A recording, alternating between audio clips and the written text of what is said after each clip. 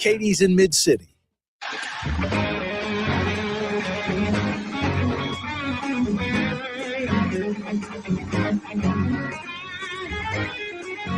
You ready, New Orleans? Let's do this thing. Yeah, you right.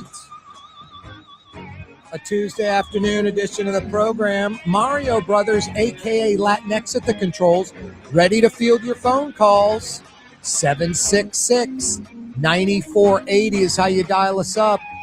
766-9480. Number 9, Mr. Drew Brees is absolutely right. This is, in fact, New Orleans, Louisiana. Corey Johnson with you for the next 2 hours. We got a good one lined up for you. Conservative voice Brian Haldane's going to join us in about 10 minutes. We do that every Tuesday. Conservative voice Brian Haldane. Got a slew of topics to discuss with him. Boy, 50 degrees and sunny right now. Get outside and enjoy it. It's kind of bearable. It's just cool and comfortable right now. But boy, this morning was harsh. Not quite as bad as yesterday morning. Yesterday morning was brutal. Not that this morning wasn't cold. 34 in the AM, the high. Today, 51. We may have already peaked out at that. Tomorrow, we'll wake up to 34 degrees in the morning and a high of around 51 again. Thursday, 36 when we wake up. Friday, 37. Saturday will be 37 in the morning, but then this cold front's coming in. Arctic blast number 2, numero dos. Why are you shaking your head, Mario? I just made that like Paco E. Franco, L.A. I love learning Spanish when I was a kid in New Orleans. Yeah, it's fun to learn other languages. But no, just thinking how obnoxiously cold it's going to be. Parades this weekend, too. So It's about to be obnoxiously cold. Yep. No, Saturday, it's going to get to like 27 after this front rolls in. And then Sunday morning, we'll wake up to 25 degrees. 25 degrees. Monday, 34. Next Tuesday, 39. And then finally, in about 8 days, the middle of next week, 40s to 60s. But still wintry, still cold for us. But this Arctic blast, these 2 cold fronts, ridiculous. We're not really used to that kind of stuff. Sadly, like 8 deaths in Louisiana, 8 because of the cold. Some carbon monoxide deaths. That's just terrible. Awful. Got to feel for those people. I was going down Claiborne's last night, going to get some dinner. Right past Washington, like Claiborne and 3rd Street. Just like, I mean, it's not like a pothole. It's like a sinkhole. It's unbelievable. Claiborne, they've like done some patches and some repairs, and then they don't fix the pipe underneath. The pipe's leaking water. It erodes away the dirt. Then there's a hollow gap. Instead of the street sitting on something solid, it's a hollow gap. Cars drive by. The street basically collapses into that hole. I mean, you really need a truck or SUV to drive in New Orleans. And I know a lot of you have trucks and SUVs. You need like the big Suburban, the Navigator, even like a Honda CRV type vehicle, a Subaru, anything that's sort of jacked up with a longer strut or shock, a bigger rim or tire. It's just pathetic. I don't know how people drive like a Porsche 911 or something like that in New Orleans, honestly. I've mentioned this before. I want a Porsche. Since I was a kid, I want a Porsche 911. But I can't afford the oil changes, much less the tires. So I don't have one. Seriously. That's why I can't afford the maintenance, the upkeep. But could you imagine having one of those in New Orleans? I mean, imagine you're like going down Carrollton, where it turns into Wisner by Esplanade, by Noma, the Museum of Art. You have those like S-curves that follow the bayou before the Wisner overpass. You can't like drop the, throttle and go through there fast. They got those like pinch lip things sticking up. They just beat the crap out of your car. I mean, hitting those straight on beats the crap out of your car while you're turning, even worse. No, I clocked a pothole on Claiborne's last night, and then I thought about 3 or 4, almost a half dozen potholes that I knew about in New Orleans. I was like, I'm going to shoot some video. and I'm going to embarrass the city of New Orleans into at least fixing these. These are, we have thousands of potholes and sinkholes, thousands of potholes. But a lot of them are on like small streets where you live, like in a neighborhood. I'm not trying to, make excuses. That sucks. They should be fixed. But like, where they are. When I was married, they had a pothole on my street. We called it Leon because my former wife's uncle from Ohio was named Leon. And Leon would come to town like once a year at Christmas with his wife.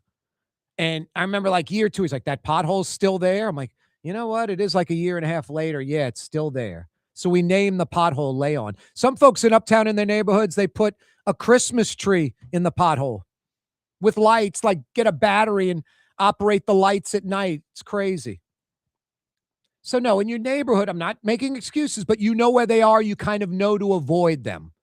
But on a major thoroughfare, like literally at Carrollton Avenue, you're coming southbound, like through Canal Street. You're passing Jesuit High School on your right. You go through Banks. You're approaching Tulane Avenue in that far right lane, past the French school, the old Crossman school. It isn't a pothole. It's like a sinkhole, and it's even worse than that. It's a cutout of the street. Maybe the Sewage and Water Board fixed a pipe, but the city didn't come in and fix the hole. And the rocks are gone, and it's literally about 5 feet wide, about 5 feet long, and about a foot deep. And there were a couple of bags of Quikrete in there. Like someone went to like Lowe's and grabbed some Quikrete and just threw the bags in there, knowing when it would rain, it would activate the cement and they would harden. But basically, you've got like 2 pillows of concrete in there that, I mean, I guess I don't know. It's probably worse because you go into the hole, then you clock that. I'm sure some people have driven in that and destroyed their front suspension, especially if you have a car. It would rip the oil pan off your car. What are you going to do? Sue the city of New Orleans? You'll get paid in 2042.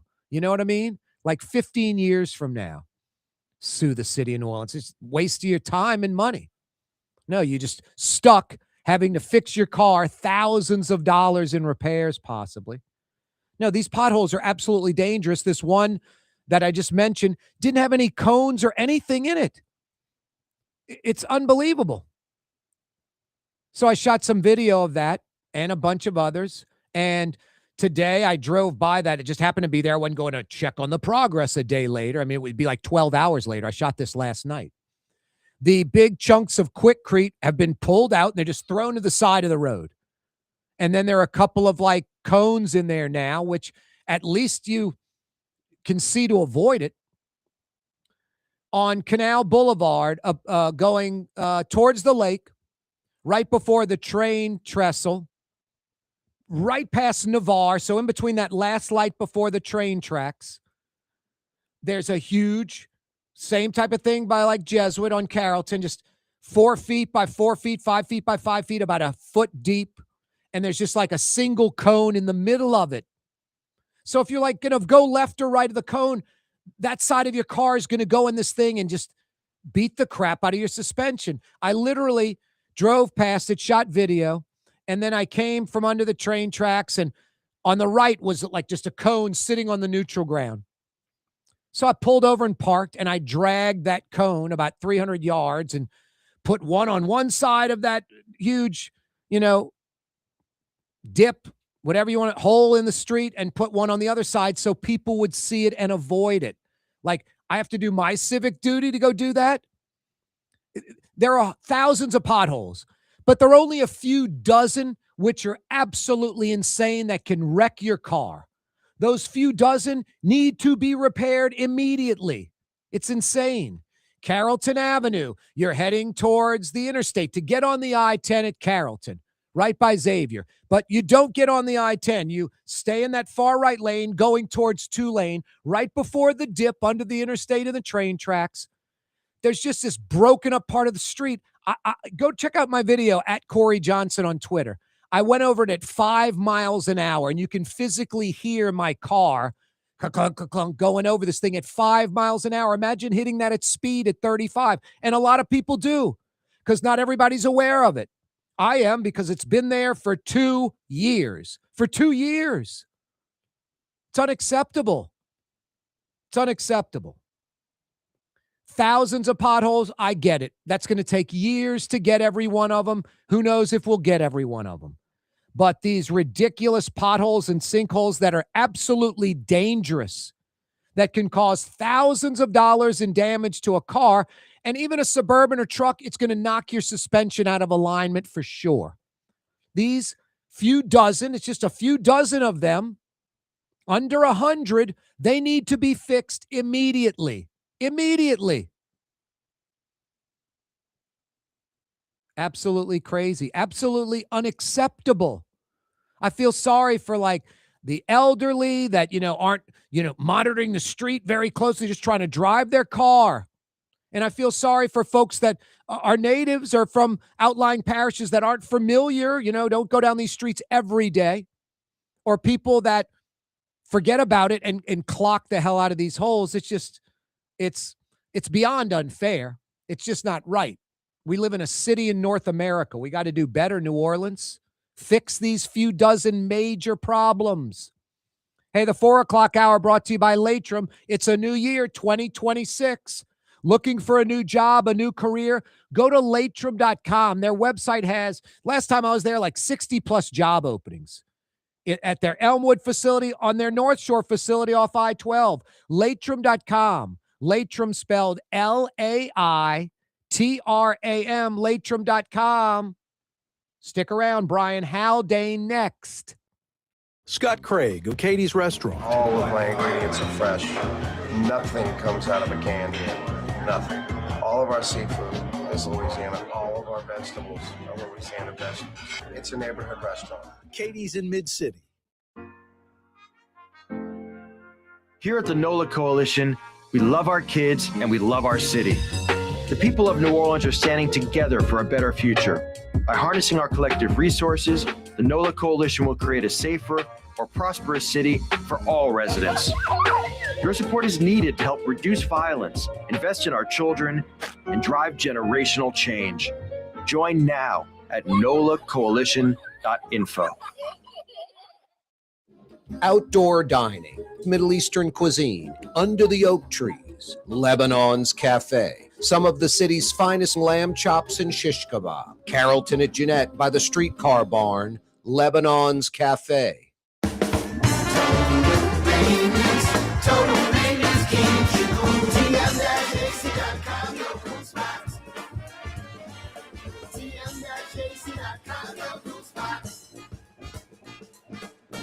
Dave Miette Insurance Agency. Auto, home, flood, business. 504-556-0809. Dave Miette, insagency.com. Dave Miette Insurance Agency. Auto, home, flood, business. 504-556-0809. Dave Miette, insagency.com. Word is, one of the best restaurants in New Orleans isn't even in New Orleans. Gallagher's 527 in Mandeville. Cross the lake and taste what you're missing. Tuesday through Saturday, Gallagher's 527 in Mandeville. Young's Dry Cleaning has free pickup and delivery. That's right. Young's Dry Cleaning has absolutely free pickup and delivery. Home or office, East Bank or West Bank. Call Young's at 288-8381 or online at youngsdrycleaning.com. Isn't it time to have that dream backyard you've always wanted? LGD Lawn and Landscapes can make it happen with artificial turf installation. Synthetic turf gives you the look and feel of natural grass. You get a beautiful lawn without the ongoing expenses of maintenance and no puddles, meaning you won't be tracking grass or dirt into the house. Let LGD come to your house and give you a free estimate. NolaLGD.com. Trey Yen in Mandeville, a New Orleans tradition for over 40 years, serving the finest Louisiana-inspired Chinese cuisine. Open Tuesday through Sunday. Trey Yen.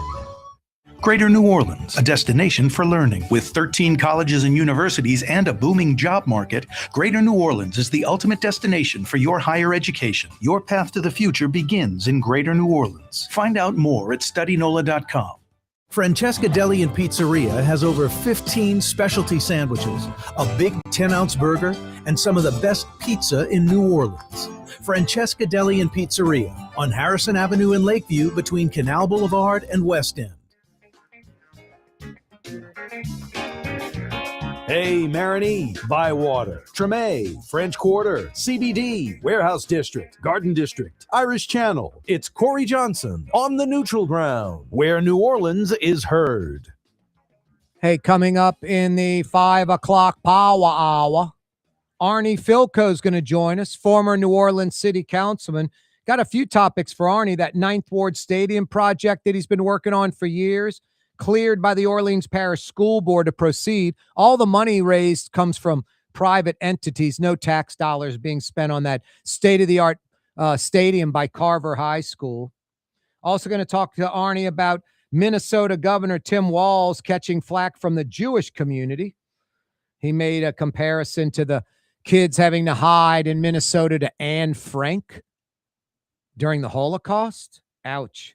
And also the city moving forward. Arnie Filko is one of the good guys that was a councilman for a while, giving up, money in the private sector to kind of perform his civic duty, and want his take on the new administration and where the city's going. So Arnie Filko in an hour. Right now, we do it every Tuesday at 4:20. Conservative voice Brian Haldane joins us on the program. Brian, what's up? Nothing much, Corey. How you doing today? Doing great, man. Let's do this in the beginning and at the end. How can folks check you out every weekday morning? How can folks check out comments and, editorial type things you got going on social media and the like? Well, first of all, on the air, it's 107.3 FM in Baton Rouge. Follow Talk 107.3 on Facebook. We are live every day, and we are hot in the chat every single morning. On Twitter, that's kind of my home base on social media. It's at Brian Haldane. And just look up my name anywhere else. There's not too many Brian Haldanes out there. It's an odd name. Yep. No, I hear that. Hey, that 107, that's a Gordon Rush station, right? That is correct. That would be one Gordon Rush. Absolutely. Yep. Tell Gordy I said hello. One of the fastest guys in the state. Man, I'm telling you what, and that's not just like with his feet. That's everything he does. We got this little phrase, we try to run at Gordy speed around Guarantee Media, and I don't think anybody can keep up. Yeah, Gordy was like on a state championship, 4x100 relay team. He was a scholarship player at Purdue, started as a true freshman as a safety, and then transferred to LSU and walked on. And I'll never forget, man, the Tiger Stadium scoreboard would light up all the time. He never started as a DB, but started on special teams, always making it down there with his speed and making that tackle on the kickoff returns and punt returns. That is, I'll tell you what, not to get too deep down the family tree here, but he's passing it on to his kid. G's got some wheels. Well, his dad was a Tulane running back. Also true. And also, Gordy, I want to say the 1990 or 1991 LSU Special Teams Player of the Year. I'll roll with that. I'm not going to doubt you on it. When he's having like a bad day, you can tell him that. But Gordy usually has good days, so maybe you don't want to blow up his head with that. Well, I tell you what, here's a great place to start the conversation if you want to pivot. Gordy and I are both wheels up to D.C. for Washington Mardi Gras this week. Oh, nice. Now, are you there right now, Brian? No, I am still in Baton Rouge right now. I'll be flying out first thing in the morning on the Baton Rouge Metro Airport. I'll make my way into Reagan National, and everything really gets rocking and rolling on Thursday and Friday. I'd say pack a coat, but the weather we've had lately, just you're going to be bringing the one you're wearing. The temperature's not going to be too much different in D.C. from here. No, it's remarkable. Well, I don't know, man. There's the overnight low of 20 versus overnight low of 10. We'll see. I don't know. Wow. The overnight low in D.C. is 10? 10.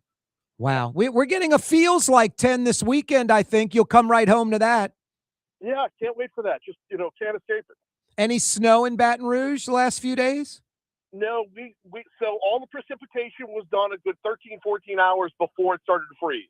I couldn't believe on Saturday morning, Brian, it was 70 degrees here and it was 48 in Baton Rouge. And then this rain came in and within 30 minutes, the temperature dropped to about 30 degrees in New Orleans Saturday morning. I was like, that weather's beelining down I-10 towards us from BR. Yeah, well, I mean, what's it going to do? Park? Helen Moreno's going to give it a ticket. Well, exactly. Going to boot that weather. I know. Isn't that obnoxious?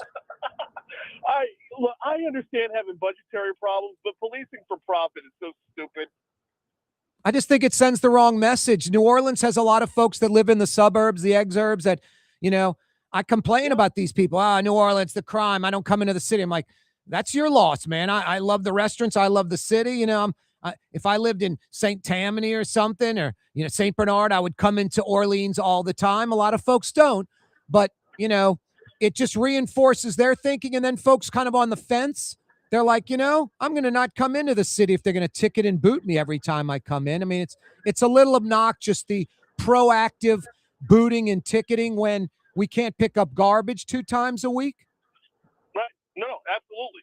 I mean, I guess the argument is you do this to pay for picking up garbage, but we all know that's not how it doesn't come to fruition like that. Brian, you're a conservative, and part of the reason I get you on the show, you're reasonable and you have common sense. And I think a lot of, especially wacky right, would just lash out. That's because it's a Democrat-run city. I think that's kind of a broad generalization, but I will say this.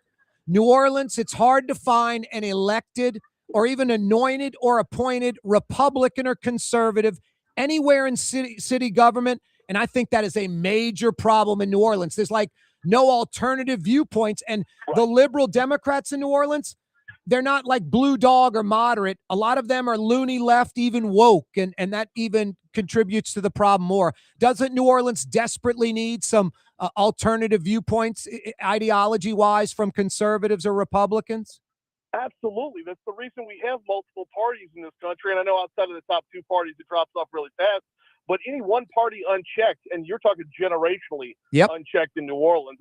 You say there's no elected Republicans. I dare you to find, break open the history books and show me where the last one is. I don't know if there's not in the last 20 years at least. Well, maybe Jay Batt on the council, but that's like 20 years ago. No, it's like 20 years ago. You're right. And then Peggy Wilson on the council, like 30 or 40 years ago, literally. It's insane. It's insane. Yeah, generationally unchecked, it's gonna, things get out of whack that way.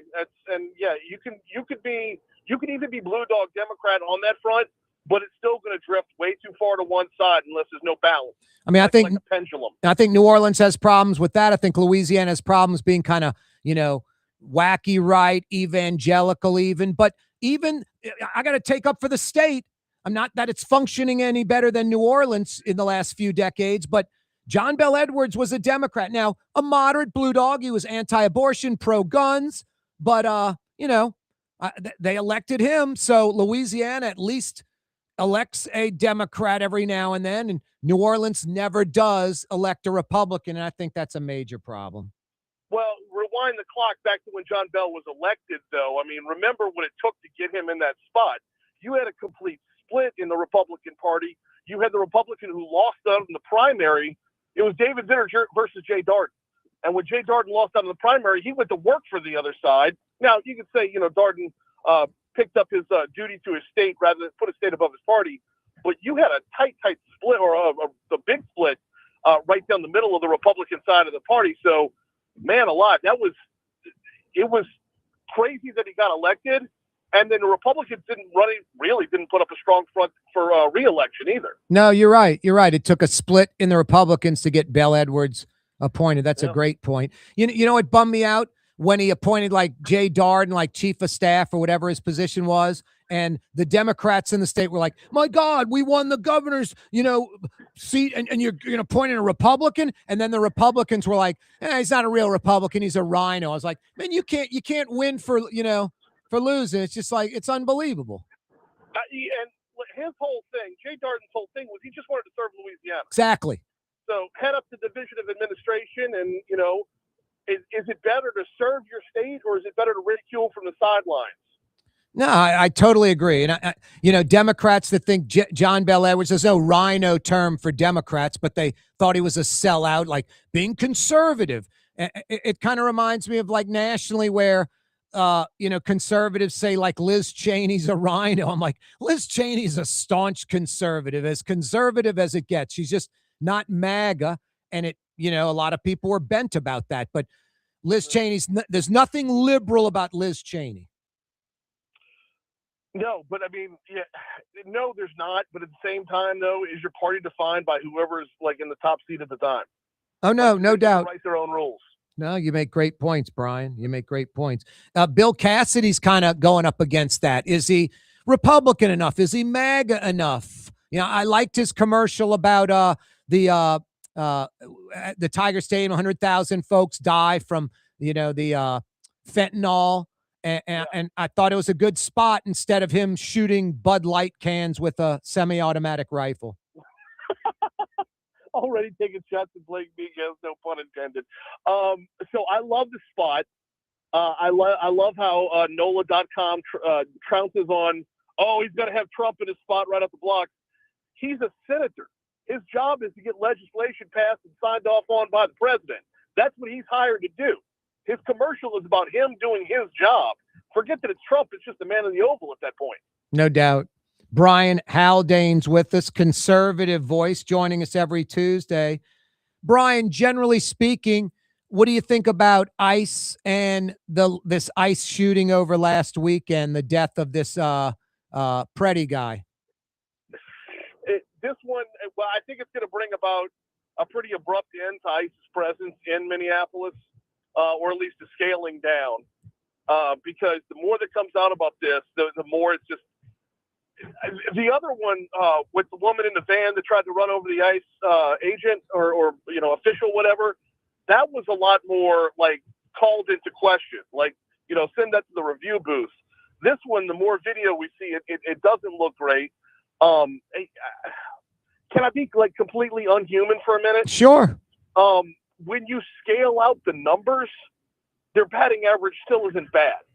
Now I got to go back to being a human again and say a life was lost, for crying out loud. 2 of them now.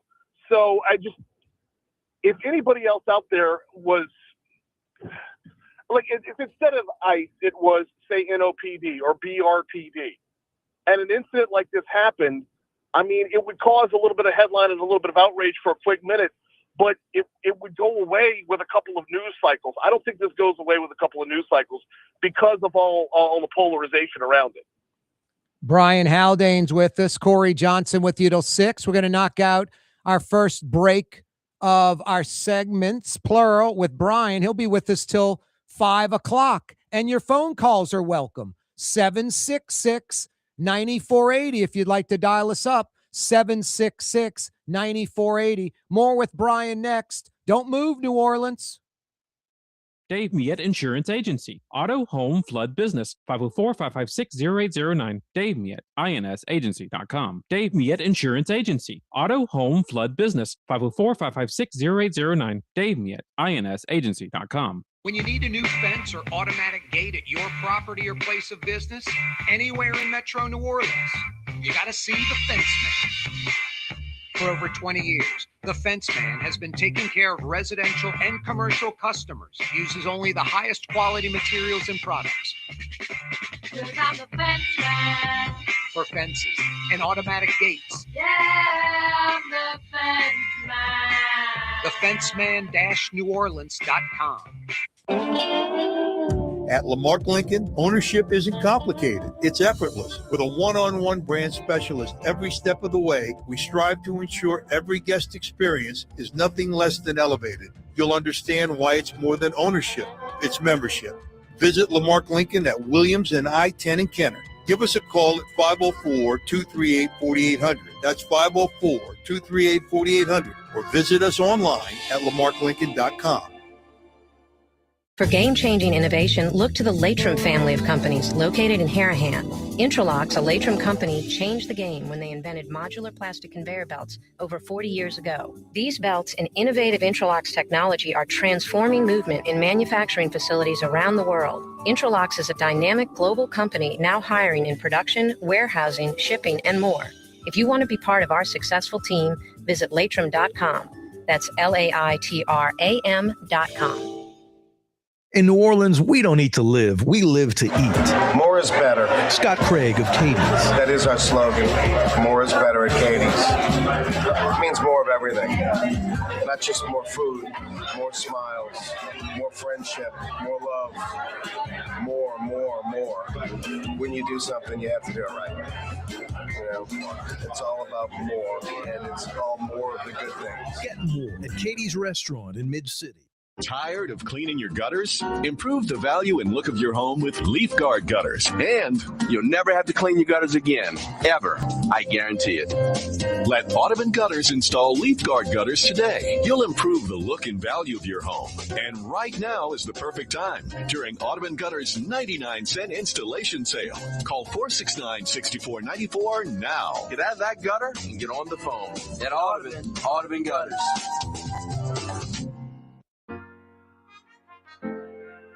Here at the Nola Coalition, we love our kids and we love our city.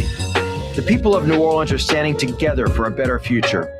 By harnessing our collective resources, the Nola Coalition will create a safer, more prosperous city for all residents. Your support is needed to help reduce violence, invest in our children, and drive generational change. Join now at nolacoalition.info.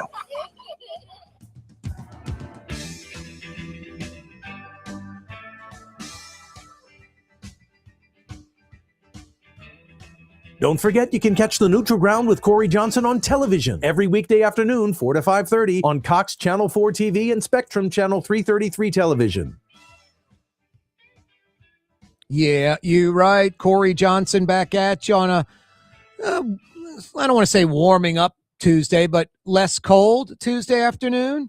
This weekend, like Saturday afternoon when this cold front rolls in, temperature's supposed to drop to 27. When we wake up Sunday morning, 25 degrees, and the feels like it's going to be a lot worse. That's harsh. That's harsh. Hey, Brian, going into that break, you mentioned a couple of things I want to talk to you about. The batting average, not bad with ice. I think the batting average is horrible with ice. I think it is atrocious what they're doing. And then you mentioned good in the van, whatever. I mean, I don't care about the van comment. I think it's like a Honda Pilot, whatever. Same thing. I'm not criticizing you on that part at all. But you mentioned like you thought she was running over the ice age, and I think the exact opposite. She was just trying to get away from the ice agent, and that ice agent who got dragged, months or a year earlier by a vehicle, breaking protocol and getting in front of the vehicle still. And then he's shooting video with his phone in the left hand and pulls out the gun in his right and shoots and kills her. These guys are just unhinged, man. And that guy's a 10-year veteran. So I got to disagree with you on both of those points. That's fine. And there's no defending the most recent one, but the body cam footage where the guy gets clipped with the car and goes down. I mean, it's difficult to assign motive to a dead person, right? You can't know for certain if that was her aim, if she was trying to get away. Your built-in belief is what you're going to go with on that one as to whether or not she wanted to or meant to. But I mean, dude got clipped and went down though. So wait, what went down? The ice agent who, when the van turns and the body camera, you hear the crumble and it points up at the sky. That body cam. You talking about the agent that shot her? Yeah. Yeah, I mean, he didn't get really hit by the vehicle. It might have grazed him at best. His feet never moved. He never got knocked down to the ground or anything like that. And then the part about Trump saying he was recovering in the hospital and then like a week later he had internal injuries. I'm like, the dude walked away and was walking around and wasn't grabbing his side. And I don't know. For me, it's easy, Brian. I mean, that 37-year-old woman, I don't know much about her, but it's just what I've read. I mean, to think she was like trying to run over an ICE agent, like that was her motive. I'm going to run over this ICE agent. I think that's just a ridiculous reach. I think she was clearly just trying to get away. Regardless, the point, Corey, is you're going to believe that because that's what you believe going in. And the opposite side is going to believe the opposite because that's what they believe going in. No, I don't believe anything going in. I just watched multiple videos from multiple angles. I mean, I know the New York Times is liberal, but the piece they put together, I think, was pretty apolitical. It was like 8 different video angles. And honestly, Brian, I never go in, left or right. I just follow facts and try to come up with a logical conclusion. And to think that woman was trying to run over an ICE agent at that time, I think is a real stretch. I'm just trying to look at the facts and all the different videos. You know a lot about her history. What about her history? I don't know, the kids taken away from her and all that stuff. And look, this is all conjecture. This is just stuff you read on the internet. Yeah. A lot of that proved to not be true. The arrest record, the kids getting taken away. Yeah, that's why I asked about it. Yeah, no, I don't think the kids got taken away from what I can gather. There are no reliable sources, left or right, that are, media outlets that have kind of a reputation, left or right, that verified the kids got taken away. And she was never in jail. I mean, they had like a lot of stuff on Twitter about her jail record and multiple arrests. That all that never happened. So I don't know. I don't think she, just my opinion, I don't think she was trying to run over the ICE agent. Apparently you do, and that's fine. I'm not, you're coming on the rest of this hour next week. That's what it's all about. Exactly. We're going to disagree on a lot of stuff and agree on a lot of stuff. Of course, that's the whole point of life. Exactly. But also the ICE agents, I just think, the 50 grand to join, bunch of guys, chunky, just untrained, not prepared. I don't know. I think ICE is a major nightmare right now. And I think. And so this is an area where I have a disagreement with a lot of people in my party. And this is one where I think if you're incentivizing people to scoop up people and kick them out of the country, and you're offering a 45-day training to go along with it, you want the training for ICE, because everything they do is going to be ramped up, right? Everything they do is going to be adrenaline driven. And everything they do is going to be a high intensity situation. Like with this most recent guy that got killed, they said it happened in a matter of seconds. I don't know that you can properly train in 45 days enough to be able to handle these situations the right way. I mean, you look at the length of an average police academy, and it's at least twice as long as that. So a lot of times more. Yep. So if you're hiring people on and flinging $50,000 at them, are you attracting the right people, the right, mindset of people? That's a fair question to ask, and both sides of the aisle should be asking it. But the second part is, are you putting them out there in a position to succeed or a position to fail? And I don't know that 45 days worth of training is enough to put them in a position to succeed. That's a month and a half. Yeah, I think all this ICE stuff is strictly political theater. I think just to appease okay. But here's another part of that equation, Corey, is all the political theater is happening in one city. But where else is ICE being this aggressive? I mean, people are mentioning, they're in Texas.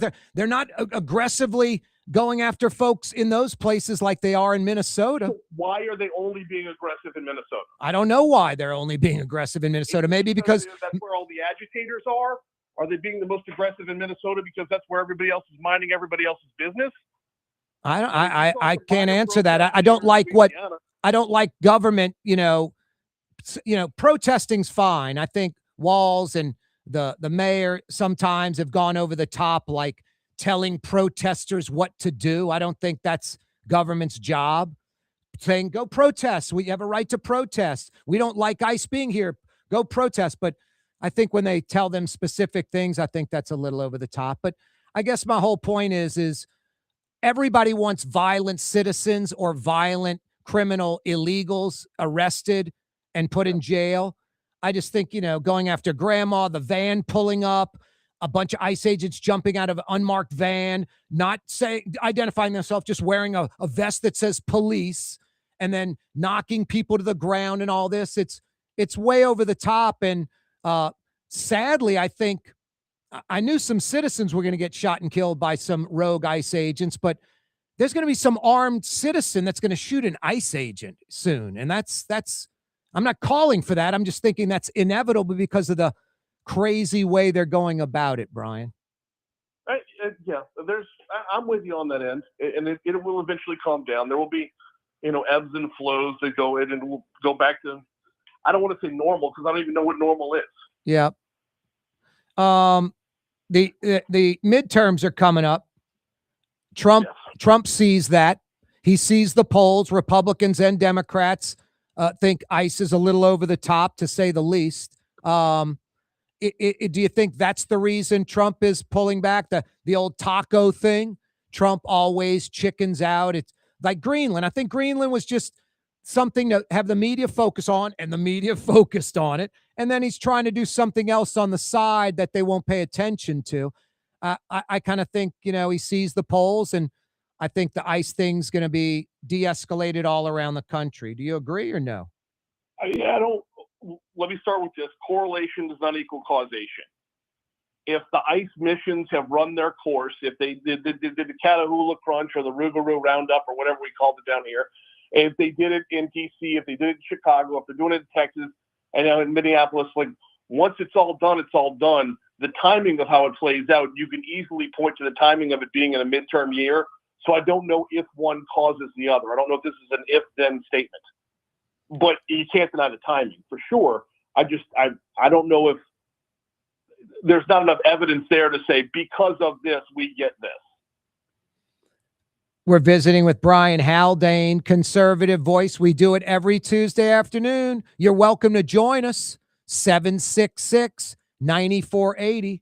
766-9480. Hey, shifting gears. How do you think Jeff Landry is doing as governor? Overall? Yep. 8.5 out of 10. I kind of like some of the stuff, the meta thing up in one of the poorest parish/counties in America, Richland up there. But also I think those things use a lot of power and a lot of water and don't employ a lot of people. That's why I think they're coming to like Louisiana and Mississippi. But I saw something about GDP growth. We're like 0.3. Everyone around us is like 2, 3, 4% GDP growth. We're at 0.3. It's kind of mind-boggling. I figured with, the Hyundai steel plant, which I think is fantastic. Mike Foster didn't feel he had to leave the state. I haven't seen some kind of, announcement like that in decades. So I think that's a huge coup. And that's going to employ, GDP is based off of what's already happened, not what's promised. I mean, the billions of dollars that have been announced by Susan Bourgeois at LED, that hasn't come to fruition yet. Once that plant's up and running, once CF Industries right next door is up into the whole River Park megaplex thing in Donaldsonville, once that thing comes to fruition, people are actually working on those sites, that GDP is going to jump through the roof. Yeah, that's right now it's all paper. No, that's a good point. I can't argue with that. Hey, how can Louisiana catch up to like Texas and the rest of the South, generally speaking, in growth and economy? It's nauseating, man. Texas, the fastest growing state the last 40 years, the South, the fastest growing region. I often say this. We didn't miss the boat in Louisiana. We missed the rocket ship. Yeah. Well, not only did we miss it, but it launched out of our own backyard. Exactly. We are far too litigious of a state. We have way too many lawyers have their nose in way too many things. And I apologize. I don't know when you go to break how many lawyer commercials are going to be on there. But I know they're all over TV for sure, man. There is, and I'm not just talking about like, the Morris Barts of the world or the Gordon McKernans or Dudley DeBosier or who else is done in the world? It's Womack, all of them. I'm not just talking about them. I'm talking about across the board. Way too much stuff ends up in court, and way too much of it ends up costing business in Louisiana way too many millions of dollars. We saw it with the Chevron lawsuit versus Plaquemines Parish, that $750 million verdict, and you got 30 other coastal lawsuits that are just like it. You're putting people out of business, big business, that could just as easily be built in Texas. And that's why Texas wins. Brian Haldane's with us. You're a good radio guy. You knew a break was coming up. We're knocking it out right now. Coming right back with Brian Haldane all the way till 5 o'clock. Don't move. Word is, one of the best restaurants in New Orleans isn't even in New Orleans. Gallagher's 527 in Mandeville. Cross the lake and taste what you're missing. Tuesday through Saturday, Gallagher's 527 in Mandeville. Why wear the same old glasses that everyone else is wearing? Stand out from the crowd. Come to Art and Eyes. Art and Eyes is not your typical eyeglasses store. It's one of the finest eyewear shops in the country, right here in New Orleans, with precision-engineered prescription lenses and gorgeous high-quality frames from the heart of Europe, Japan, and the United States. Our products are thoughtfully curated, and our staff are here to help you find exactly the right frames. Art and Eyes on magazine, as unique as you. 49 years in a row. Ford F-150, #1 truck in America. What about in the USA? Let's see, what about in the world? Who sells more trucks than Ford? Nobody. It's because the Lamarck team is the real team. All that makes it happen is one goal. Everybody having a great experience at Lamarck Ford. We became #1 for a reason, because we're good. And we need to prove it every day, every deal, all the time. When USA Today ranked the 10 best must-visit New Orleans restaurants for travelers, Mid-City's own Katie's made the list. USA Today says Scott Craig is chef-owner at Katie's, a much-loved Creole Italian eatery that draws armies of regulars for lunch, brunch, and dinner. A neighborhood spot where locals congregate and New Orleans-style hospitality rules. Indeed it does. Katie's in Mid-City. Young's Dry Cleaning, with 2 walk-up locations with personal service. Young's on Claiborne and Young's on Harrison Avenue in Lakeview. Young's Dry Cleaning. Call 288-8381 or online at youngsdrycleaning.com. Isn't it time to have that dream backyard you've always wanted? LGD Lawn and Landscapes can make it happen with artificial turf installation.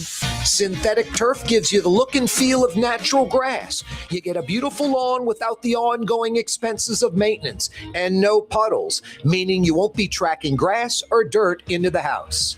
Let LGD come to your house and give you a free estimate. NOLALGD.com. Trey Yen in Mandeville, a New Orleans tradition for over 40 years, serving the finest Louisiana-inspired Chinese cuisine. Open Tuesday through Sunday. Trey Yen. Tired of cleaning your gutters? Improve the value and look of your home with Leaf Guard gutters, and you'll never have to clean your gutters again, ever. I guarantee it. Let Audubon Gutters install Leaf Guard gutters today. You'll improve the look and value of your home. And right now is the perfect time during Audubon Gutters' 99-cent installation sale. Call 469-6494 now. Get out of that gutter and get on the phone. At Audubon Gutters.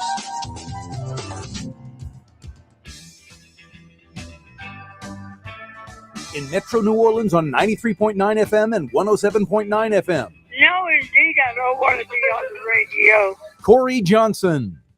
Oh, wow. That's my mom. Thanks for joining us. If you have a question, comment, like, dislike, anything, 766-9480 is how you dial us up. Conservative voice Brian Haldane's with us. We do it every Tuesday with Brian in the 4 o'clock hour. Brian, the state is seeking to overturn the ruling on the 10 Commandments in classroom thing. I'd love your thoughts on that potential law in general. I guess the easy argument is asked and answered. We've had the Supreme Court sound off on this before, but I would come back with, is it wrong that I really, really like the fact that we're trying this again, that we have a whole new generation of great judicial minds that are get to be put to the test again? Because the 10 Commandments were basically the first accepted set of laws. So let's take a look at whether or not the first accepted set of laws belongs in a classroom. And let's also reevaluate. Let's really get down into it and have the best of the best when it comes to judicial minds argue over whether or not a poster on a wall equals the establishment of a religion. Even if it doesn't, like they say, hey, you can do it. It's obviously going to open up the door for any other religious group or even non-religious group to have their stuff posted in Louisiana classrooms. The 7 tenets of Buddhism, stuff from the Quran. I mean, I remember the guy about a decade ago wanted to put the 10 Commandments monument on the Capitol lawn. And right away, it wasn't like some Jewish folks or Buddhists or Islam. It was some group out of the Carolinas, either south or north, the devil worshippers. They had like Lucifer sitting on a throne with like Sally and Jimmy on the devil's lap while the devil's reading them a book. And then the other one was this spaghetti monster religion. You've heard about this? Yeah. So, I mean, and then, no, we can sit there and go, it's ridiculous, the spaghetti monster thing. I'm a Christian. I'm a Catholic. I have faith. But I'm also an American, and like, honestly, how's the spaghetti monster religion? And I know it's make-believe and making fun. How is it really different from our faith to someone that's just an American that doesn't have a faith or religion, that's agnostic, or, I think we're opening up a Pandora's box. I think it's a nightmare to even consider putting the 10 Commandments on classroom walls. I think this, like the ICE thing, I think this is political theater for Merle and Jeff Landry exclusively. Well, again, can't speak to their motive, but I can tell you that the mental exercise of doing it, I think, is worthwhile. And yes, if you have to open a Pandora's box to have other religions try the exact same thing, then bring it on. We'll run the same constitutional merits by it that we run by this one. But Corey, how about this? If this goes back when it's back in front of the U.S. Supreme Court, if you want to go to the U.S. Supreme Court and hear these arguments, before you walk through the front door, look up, because you're going to see the 10 Commandments right there on that building. Yeah, I think the Supreme Court's they're not going to even hear it. Whoever wins and appeals, I think the Supreme Court's going to be like, the Fifth Circuit in New Orleans ruled, and that's what it is. I don't think it's going to get to the Supreme Court. Pragmatically, I'm with you. But if you could put the 10 Commandments on top of the U.S. Supreme Court building and it does not establish religion in this nation, then what's the difference between that and a poster in a classroom? What other things are on the Supreme Court that are religious-based besides the 10 Commandments? I don't know. I didn't look them up because they weren't in the rundown. Yeah. And also, like it's literally, it's the entire 10 Commandments or just parts of it? Yeah, the 10 Commandments are up there. Yeah, because I like the 10 Commandments, but I mean, the first three, I mean, my Jesus, my God, he doesn't have an ego. He's not worrying about he has to put out a law saying don't pray to other gods and stuff like that. I guess I like 4 through 10, Brian. Well, I mean, number 4 walks us through what? Honoring your mother and your father? Yeah. That'd be a good one to have in a classroom for sure. Yeah, why not just put those things? Why not, it's illegal to commit adultery, in theory it's illegal. Why not just have those things? Honor your mother and father, respect your parents, things like that. Why the 10 Commandments? I just think it's putting religion in a place it doesn't need to be. And like I said, it's going to open the door to the spaghetti monster being posted, and the spaghetti monster's tenets might be chew bubble gum. It tastes good. I mean, things like that. I don't know what their tenets are. I say, bring it on, spaghetti monster. I will take you on in court for sure. I looked up spaghetti monster. It's literally a wad of spaghetti with a smiley face in the middle. Like the bad guy from Spaceballs? Kind of similar, exactly. Okay. Pizza the Hut. Yeah, exactly. Pizza the Hut. Too funny. Mel Brooks, hysterical. Hey, Brian, you're going to be in D.C. when? Wheels up tomorrow morning. All things, well, provided there's no more delays. Reagan Nationals had a lot of delays based off of all the winter storm from last week. So provided there's no delays, I'll be there by like 11 o'clock in the morning tomorrow. I guess noon their time. And tomorrow, what, you'll have a fill-in host or a best of on the air? Yeah, I got a guest host sitting in for me tomorrow morning, and then I'm doing 2 shows a day, morning drive and afternoon drive while I'm up there, and it's a completely different cast of characters than my normal show. And rather than having elected officials and whatnot, there's a lot of different associations, and like Veterans Affairs is coming on with me. Restore the Mississippi River Delta is coming on. Like a lot of people that do a lot of good in the state, they have the ear of legislators while they're up there. That's great. It's why I love this event so much. So Thursday, Friday, morning and afternoon shows? Yes, sir. And how can folks check them out?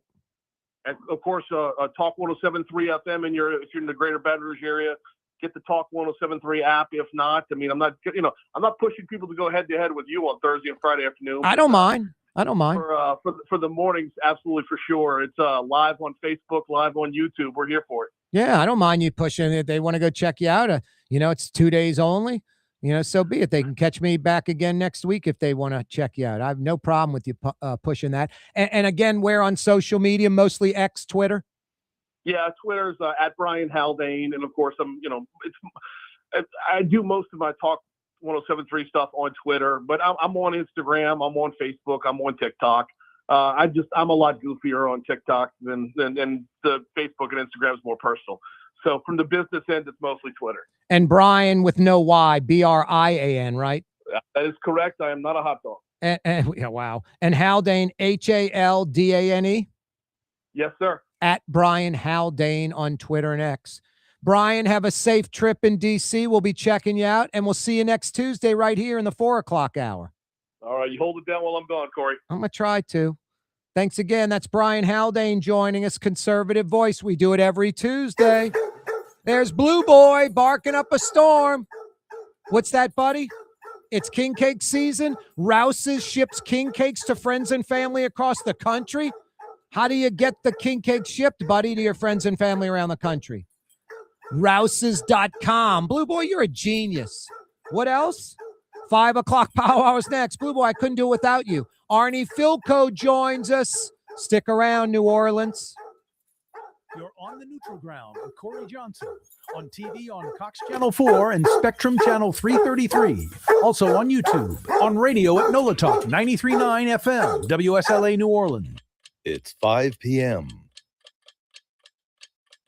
For game-changing innovation, look to the Latrim family of companies located in Harahan. Intralox, a Latrim company, changed the game when they invented modular plastic conveyor belts over 40 years ago. These belts and innovative Intralox technology are transforming movement in manufacturing facilities around the world. Intralox is a dynamic global company now hiring in production, warehousing, shipping, and more.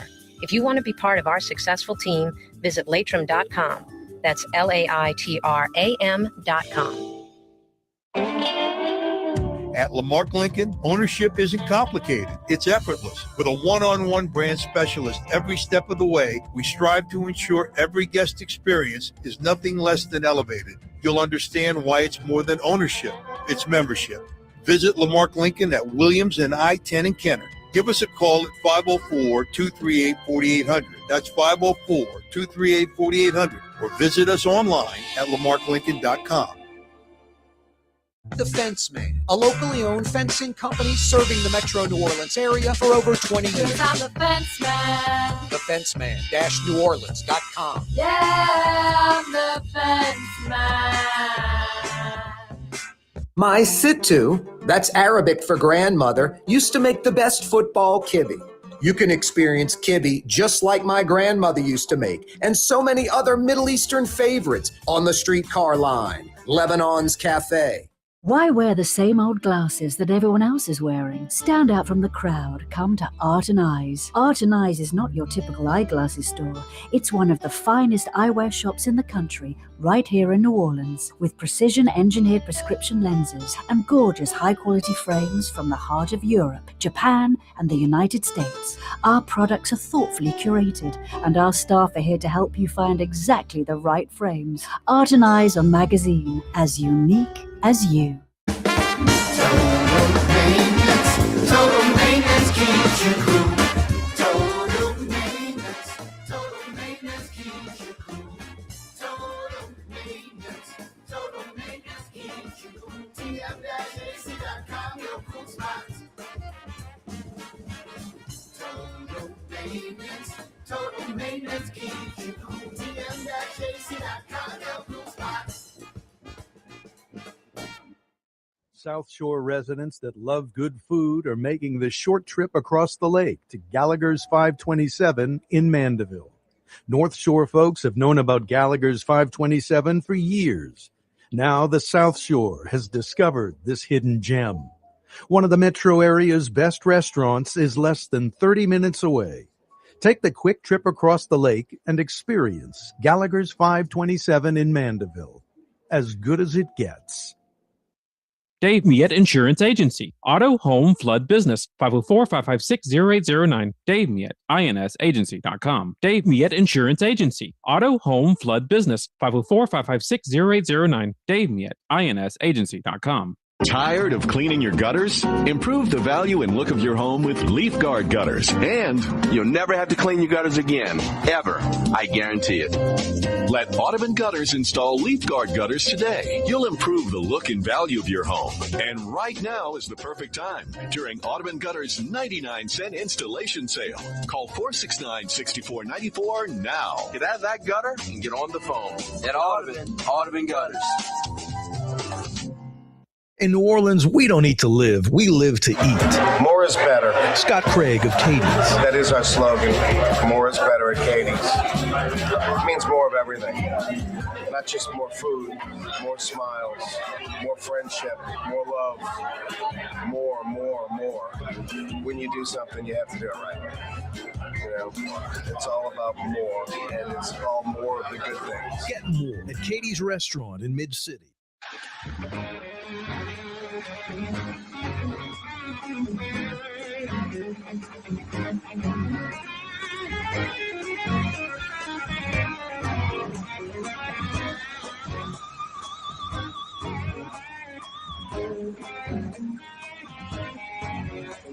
Yeah, you right, Crescent City and beyond. The 5 o'clock powwow was upon us on a Tuesday.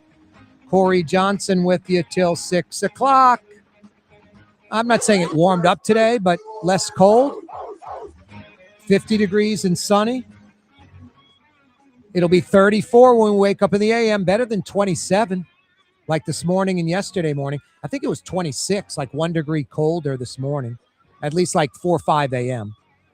No, 34 tomorrow morning, and we'll peak out around 51 tomorrow afternoon. Thursday, kind of a little warmer, 36 to 57. Friday, it'll be somewhere around 40 or so when we wake up, and we'll peak out around 55 on Friday. But then that Arctic blast comes in overnight Friday, back down to 37. Saturday, we wake up to 37, but then it drops to 27 late Saturday. Sunday morning, 25 degrees when we wake up. Yeah, another Arctic blast, cold front coming in Friday/Saturday morning. Ouch. Got a lot coming your way.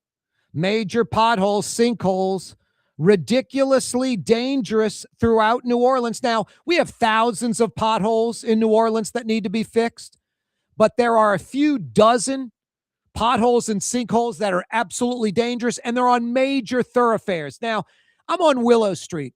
I'm coming out of Lebanon's Cafe, about 3 blocks off Carrollton. There's a major sinkhole, but that isn't like a major thoroughfare. Is there traffic on the street? Sure, but not a lot. And you're doing 20 miles an hour, and you can see it. There's a cone in it, just one. Should be cones all around it. But you can physically see it. It'd be very hard to drive into it doing 20 miles an hour. But when you're on Carrollton Avenue, and there's one that's a major sinkhole that's like 4 feet by 4 feet and a foot or so deep, that's dangerous. Yeah, I wasn't even thinking about this last hour. You know, cars get beat up, trucks and SUVs, their alignment gets knocked out of whack. A motorcyclist could get killed. A motorcyclist could be ejected from the motorcycle and literally flown through the air and killed. It's crazy. It's dangerous. It's unacceptable. Fixing thousands and thousands of potholes, that's going to take time. But these sinkholes on major thoroughfares where folks are doing like 35 and 40 is beyond unacceptable. People could get killed. The city of New Orleans has to fix them. If you go to my Twitter, at Corey Johnson, I posted about a half dozen last night. From Claiborne Avenue to like a trio on Carrollton to Canal Boulevard. I mean, these are like 35, 40 mile an hour streets. And I mean, I have a car, not an SUV or a truck, and it beats the crap out of my car all the time. I mean, River Road from like Audubon Park to the Parish line is unacceptable. I mean, besides potholes and little pinched lips that just beat up your car or truck, knock the alignment out, They're the, manhole covers that are like 4 inches, 5 inches, 6 inches below the street. I mean, the city has to fix the ones that are on major thoroughfares immediately. Immediately. Because it's a few dozen, not the thousands like on your street and everywhere else. But major thoroughfares, it's really dangerous. Dangerous. 40 years ago today, the Space Shuttle Challenger disaster. I remember, I lived in Hatcher Dorm at LSU. It was a dorm when I was there. And I had a 10:30 class. This is how I know when the space shuttle went down, either on a Monday, Wednesday, or Friday. I know for a fact because I had 10:30 class on Monday, Wednesday, Friday. On Tuesday, Thursday, I had 9 o'clock class.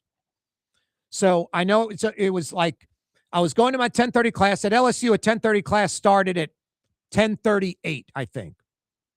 It's 10:30, but it starts like 8 minutes later. So my class was in Lockett Hall, directly across the street from Hatcher Dorm. So I knew I'm walking out like 10:30. I'm going to get to the class in a minute. I stopped in the lobby to watch the Space Shuttle Challenger lift off. If I had to guess the time, Mario, check it out for us. When did the space shuttle, the time of the disaster? I would guess like 10:35 a.m. And it was on a Monday, Wednesday, or Friday, guaranteed. And it was like a minute and a half into the launch. Yeah, 10:39 Central Time. 10:39. Yeah. So I was late for the class. I stopped to watch the liftoff, and I watched it implode. I remember going, my God, anybody survive that? Is there an escape hatch? And I walked to my class. That was 40 years ago today. Just terrible. One positive, the old Robert E. Lee School on Carrollton Avenue in the Carrollton neighborhood is the Robert McNair School. I remember when they named it that, I was like, who's Robert McNair? And I was like, oh, that's the space shuttle astronaut, the first black space shuttle astronaut. The city council approves mandatory furloughs starting next month. Every 2 weeks, a lot of city employees will have a day off every 2 weeks, and they're not getting paid for that day off. That's a good start. I'm not into firing people that have a job, but the city of New Orleans is bloated. We have a major budget crisis. Instead of, sending out the clown car of ticket writers and booting cars, trim the fat. Lay off a lot of employees that don't do much. Arnie Filko is going to join us in about 5 minutes. The 9th Ward Stadium project cleared by the Orleans Parish Public School Board. We'll talk about that. And also Minnesota Governor Tim Walz catching flack, comparing children in Minnesota hiding from ICE agents to Anne Frank. The Jewish community's up in arms about it. Arnie Filko is Jewish. He ran the Jewish group here in New Orleans. I forget the name. He'll tell me what it is. We'll also talk to Arnie about the city moving forward. Hey, Mario Brothers, former Saint offensive coordinator, pre-Drew Brees, with Aaron Brooks at the controls. 4 of the 5 top Saints offenses ever, pre-Drew Brees and Sean Payton. Mike McCarthy was the O coordinator under Hazlitt for those. He got the Pittsburgh Steelers job. That's where he's from. He's going home. That was an emotional press conference. He was like crying during it, choked up. Yeah, that was cool because he grew up in Pittsburgh. You can tell how much it means to him to be coaching for those guys. Like his father was a big Steelers fan. He was talking about coming home from the hospital like in Steelers gear. So really cool story. I think I got this right, Mario. I was down at WWL Radio, 20 years ago, whatever. And either I might have it confused, but I was kind of pissed off about both things. The Hornets were playing like Allen Iverson and the 76ers in the playoffs. And either they sent me out to Saints camp to interview people in the crowd when Buddy D was hosting like the Saints little party out there. I'm like, really? There's a playoff game in the arena. What WWL didn't have the rights to the then Hornets, so they didn't want to cover them. I was like, that's pathetic. Or they sent me to Thibodeau for the black and gold game. Well, I guess that would have been in August, so there wouldn't have been NBA. So it must have been the Saints draft in March that I was pissed off about. But I remember the black and gold game, had like Jim Henderson and Archie Manning or Jim Henderson and Hokie doing the play-by-play color of the black and gold game in Thibodeau. And they had me go into the stands. It's just ridiculous. And hey, what's your name? You liking the game? I'm a big Saints fan. I'm Charlie from Thibodeau. Hey, Charlie, what do you think? Man, I love the black and gold. It's great watching. Thanks. Back to you, Jim. I mean, just stupid crap like that. Anyway, I'm doing this for like a while. Like they came to me during the entire scrimmage, and I was like, "All right, Corey, how do you convert this into something good for you? Because this sucks, and you're gonna interview people." I was like, "Interview the hot blonde." So this blonde sitting there, and I go interview her, and All right, Brett Musburger. why are you here? All that. And literally, she was beautiful. I was like, let me go flirt with this girl. Instead of Jim from Thibodeau, I'm going to go to Brenda in Thibodeau. So anyway, why are you here? All that. And she's like, oh, I'm checking out the back and go, great. Back to you, Jim. So then I'm not on air anymore. Jim and Hokie are doing the game, or Jim and Archie. So I'm like flirting with the girl, all this stuff. And I'm like, you ever need Saints tickets? Let me know. Okay. She's like, oh, great. So, I move on, whatever. I'm covering the Saints, and, I interview Hazlitt after like a practice, like a week or two later, interviewing out at Saints camp, interviewing her, or maybe in Thibodeau, wherever it was. And I'm interviewing Hazlitt and not Mickey Loomis, but, no, Hazlitt, but the old Randy Mueller, and, interviewing defense coordinator, offense coordinator, all this stuff. I'm interviewing Mike McCarthy. Mike, how do you think the offense is going to be? Blah, blah, blah. Thanks a lot, Mike. Just not live on the air, just with a tape recorder back then, to have the interview played later on Buddy's show or my show. Thanks a lot, Mike. My pleasure, Corey. And then he's like, tape stop. I'm like, yeah. He goes, yeah, man.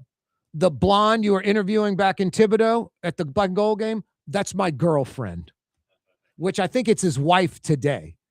So it was hysterical. I was like, Mike, I didn't know, dude. You think if I knew it was your girlfriend, I'd be flirting with you? He's like, of course not. But we both got a laugh out of it. It's just funny that happened to be the blonde that I went and interviewed was Mike McCarthy's girlfriend. I think it's Mike McCarthy's wife. They have kids. So I'm going to have to try to get Mike McCarthy on the program. He was always good to me. So I'll get the Steelers coach on in the next few weeks and bring up that story again and see what he says. He'll remember it. I promise you. It was hysterical. Hey, Young's Dry Cleaning will take care of you like they take care of me. I've been going to Young's for like 40 years.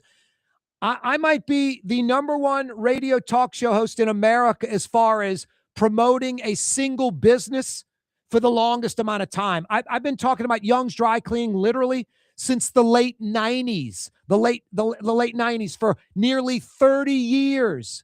I've been promoting Young's Dry Cleaning. You want to know why? Because it's easy. They're the best. Tired of your dry cleaner? Want to experience the best? Young'sDryCleaning.com. It's that simple. You need a great dry cleaner? Experience the best. Young'sDryCleaning.com. Former New Orleans City Councilman Arnie Fielko joins us next. Do not move. Total maintenance keeps you cool.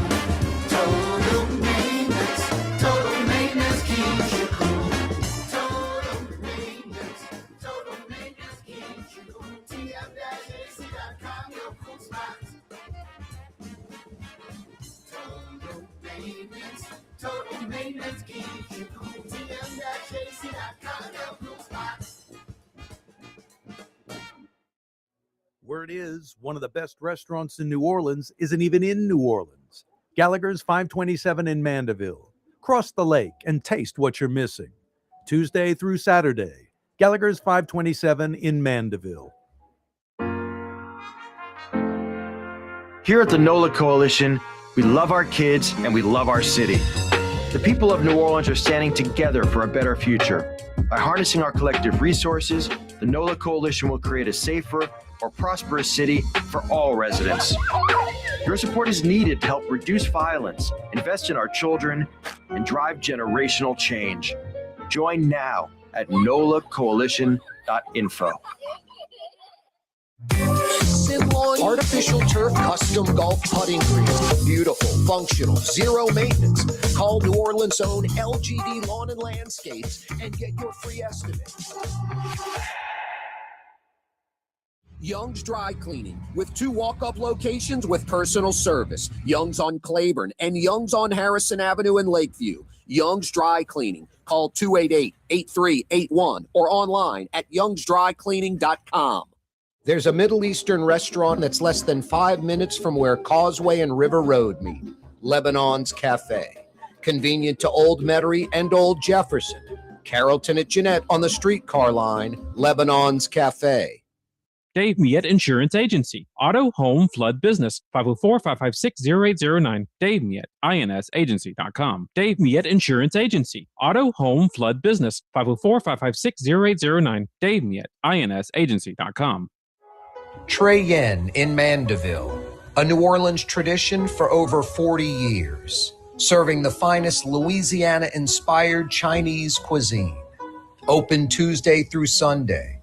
Trey Yen. For game-changing innovation, look to the Latrim family of companies located in Harahan.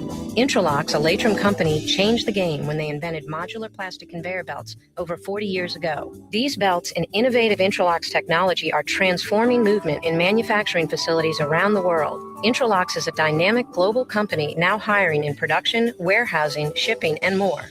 If you want to be part of our successful team, visit Latrim.com. That's LAITRAM.com.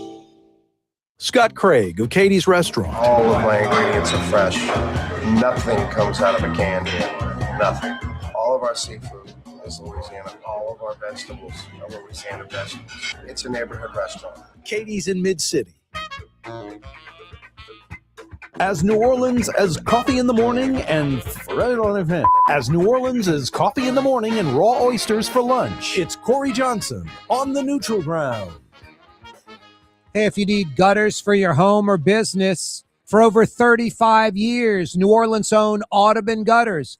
Why would you consider going anywhere else? They don't do paint or roofs or siding or windows, no construction. All they do are gutters. That's it, just gutters. For your home or business, audubongutters.com. 5 o'clock powwow on a Tuesday afternoon. It is Mardi Gras season. Rouse's Markets, your home for Mardi Gras supplies.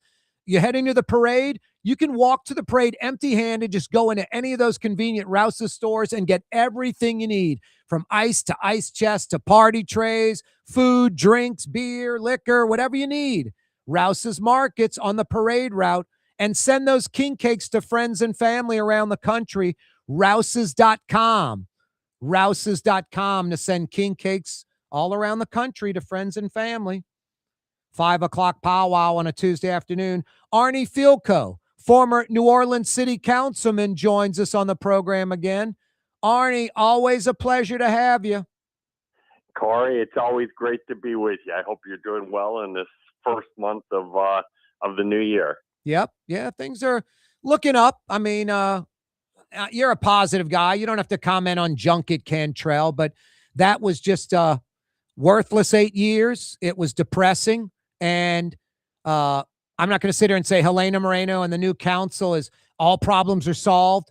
But for the first time in a while, Arnie, there's a positive vibe. There's hope. And dare I say it, even expectations for the first time in almost a decade. Yeah, I think that's true. I think there is a real sense of optimism around the community. This has been candidly, we've had a void of leadership the last 8 years. Yep. And, I think Mayor Moreno is coming in. She's inheriting a lot of problems, especially budget-wise. But I was very impressed by the few months even before she took office. She handled the budget and the financial issues in a very professional way. They cut where they needed to cut. And, I think it's going to take a little bit of time, but they're on the right track at a lot of areas. And I, for one, as a New Orleanian, am excited about what the future might hold for us. I think Helena Moreno, Joe Giarrusso, some of the others, they're like you in a lot of ways. They're civic-minded. They're not out to set up friends and family.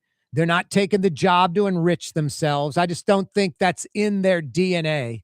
So that's a big positive. I don't see a lot of where can I go get dinner tonight and drink a lot and build a city? Which city can I go to and make an excuse that it's, climate change, international travel? It's not going to be, Junket Moreno. No, the mayor and the new council and her staff. It's not, first of all, it's great to have Joe Giarrusso as the CAO. He's a extremely talented guy. I couldn't imagine somebody better for that job. But, they get it, Corey, that, certainly in the first year or two, they got to buckle down and deal with just the basic stuff. May not be sexy to talk about roads and lights and other infrastructure, but you've got to do that because that's the frustration of the public. And if we can get some improvement in all of those areas and many others, then the public's going to really have confidence and Mayor Moreno could go on to some of the bigger things. But she's absolutely doing the right thing and focusing on, the basics right now. Let's get the budget right. Let's make sure crime doesn't resurface in a big way. Let's deal with infrastructure. Let's deal with energy. And, once we handle all of those, we can, again, move on to some bigger things for the city of New Orleans. Man, a few days ago, I was on Oak Street by the Maple Leaf, and I was talking to Hank, the owner, and I was saying, you're like John Goodman. You're an official New Orleanian. You're not from here, but you're an official New Orleanian. And some official New Orleanians, I think, are even better than some natives in a way. They're so dedicated to the city, coupled with an outsider that comes to New Orleans and loves it like natives do. How can you not love those type of people? You're an official New Orleanian, Arnie. Your kids are grown. You and your wife live in the city in Orleans Parish. You seem entrenched here, like you're not going somewhere else to retire. Is that true? Oh, we're not going anywhere. We left the city we moved here in 2000, Corey, and, we just fell in love with the city from the moment we moved here. We fell in love with everything about it. And 26 years later, we're still here. We took one detour in 2011. I got an offer from the NBA that was hard to turn down. Yep. Left the city for just a few years. And, the moment we left, to be honest, my wife and I were already planning to come back. And eventually we did a couple of years later. And, the rest is history. We're not going in. I'm retired at least, but doing a lot of community stuff. And my wife probably is a year away from retirement. And this is going to be home forever. No doubt about it. All right. Here's that question I ask you every time. Any shot of running for public office again? Who gave this answer? I'm going to give the same answer I heard from somebody else. You never say never. Oh boy. But I don't know, Corey. I think, I was very honored to serve after Katrina for 6 years on the council. It was a very special time. I think we've got good leadership in the city right now. I think our federal leadership with some of our leaders might be a little bit better at this point, but we'll see. Right now, I'm very content and have a number of projects involving New Orleans, involving Ukraine, and some other stuff, and it's keeping me very busy. Old Saints general manager before your time, Jim Finks used to say of players that's getting up in age, long in the tooth. I don't think you're long in the tooth. I think you still could be a great civic-minded leader for the city. Well, we'll see. There's some discussions ongoing, I'll say that, about some possible involvement here. Nice. That would really help the city. So, let's see how everything plays out. But again, I'm very encouraged by the new leadership and what can be for this community. And we'll go from there and just keep plugging at it. Excuse me, Arnie, I have to clear my throat. Director of Nord. Director of Nord. I'm back. Sorry. Thank you, Corey. I want to flip it and say, when is Corey Johnson going to run again? Yeah, that was fun. Running for council at large. I was an independent. I came in 5th place out of 13, and the 4 in front of me were all like seasoned political veterans. Yeah, I thought I could change the city for the better, and I don't know, maybe I was a little naive. But Republicans, Democrats came after me, joined the party, run for this, and I was like, yeah, I don't want to do that. Yeah, I think maybe can do more change doing the radio television show. I understand. Corey, I have to say this. Today I had a really uplifting experience. I interviewed a young woman who just graduated a year ago from Tulane, and she wants to stay in New Orleans. That's the first priority. And it was so refreshing to hear a 22, 23-year-old person say, I love this city. I loved it during my 2-lane experience. I want to make it home and make it a life. And, I'm looking for a profession. Now, that's what we need. We need to get into, instead of people leaving the community, which is what's happened the last decade. Yep. We've got to turn that around and get people saying, I love the culture. I love everything about the city. But you know what? The city works as well. And if we could get those two combined, you're going to have a lot of people like the young lady that I met today and interviewed, want to stay in the city. And, that's going to be the future of this community. So, it's important that all of us roll our sleeves up, that we dedicate ourselves to whatever community service we can do, and just continue to make this the great place that you and I both know it is. Thank God for Tulane University, because a lot of these kids come from the East Coast and they fall in love with the city. They graduate. They actually stay here, a small number of them. We need an economy. If we had 50%, 30% of Houston, Dallas, Atlanta, Nashville, Austin's economy, we'd have young people moving here, college graduates from outside the city. They'd meet other college graduates from outside the city or a local and get married and stay here, raise their children. We just don't have a lot of that, do we, Arnie? No, we need more. We're making improvement. I mean, our economic development is diversifying over the last 10 years, 15 years, but we're still lagging behind a lot of other communities. And the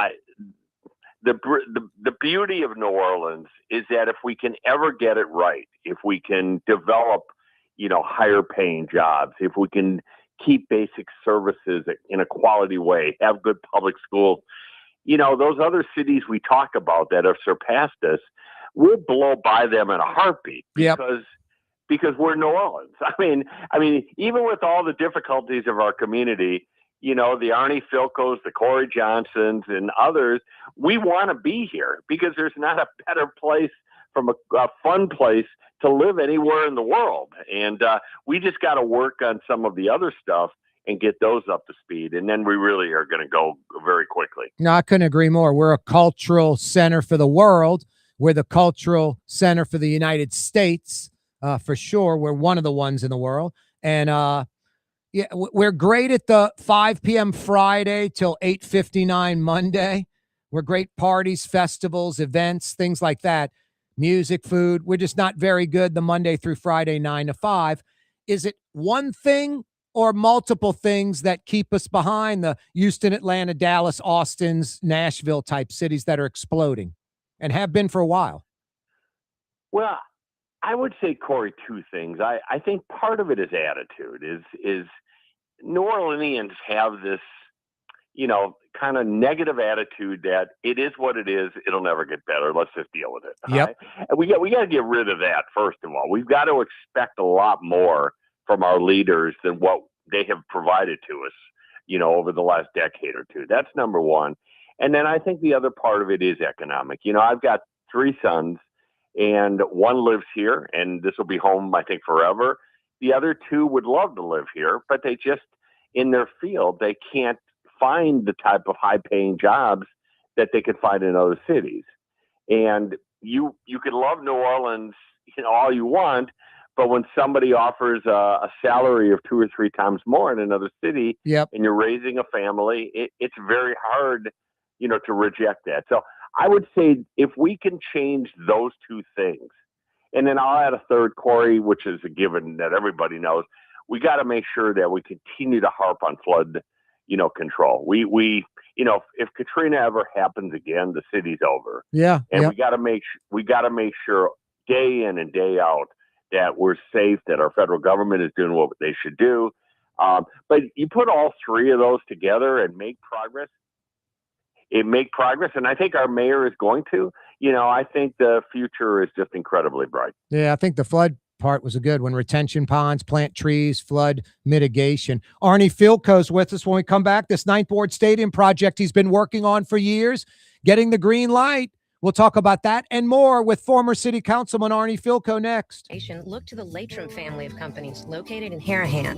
Intralocks, a Latrim company, changed the game when they invented modular plastic conveyor belts over 40 years ago. These belts and innovative Intralocks technology are transforming movement in manufacturing facilities around the world. Intralocks is a dynamic global company now hiring in production, warehousing, shipping, and more.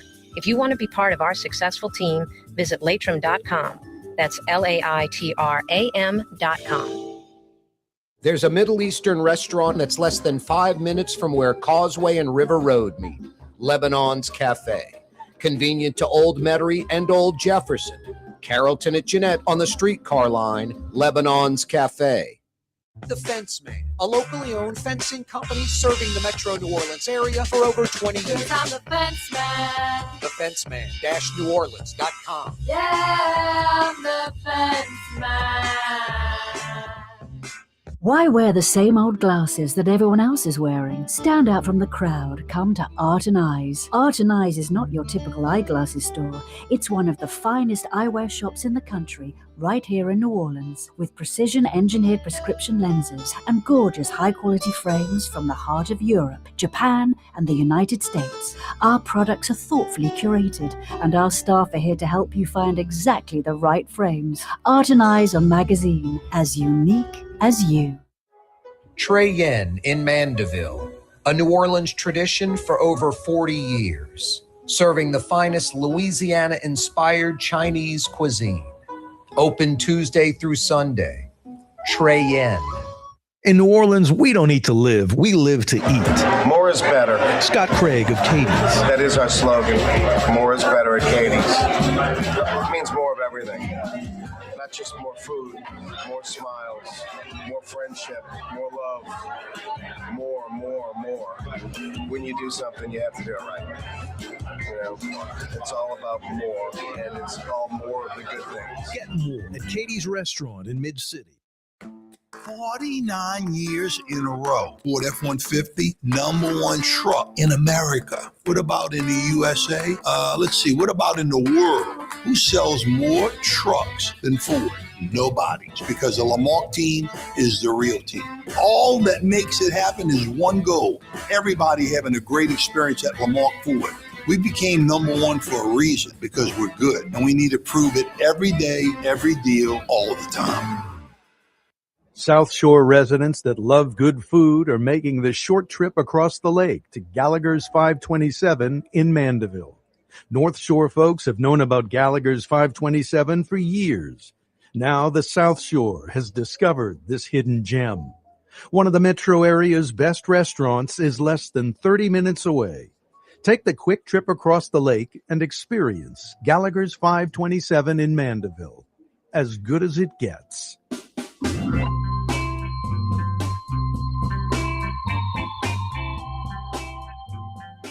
The true voice of New Orleans, telling it like it is. Corey Johnson. Welcome back. We're visiting with former New Orleans City Councilman Arnie Filco. Arnie, you've been working on this project for years, this Ninth Ward Stadium project. Yet to be fired up, the Orleans Parish School Board has approved it. It's all private money, $10+ million. First off, just how excited are you about that? And when do the shovels break ground? Yeah, really excited, Corey. Last night was a really big night. I was over at the school board meeting, and they approved kind of the final legal document, an amended cooperative endeavor agreement, and you know we're on our way. We have raised $15 million for the stadium from a lot of different sources at this point.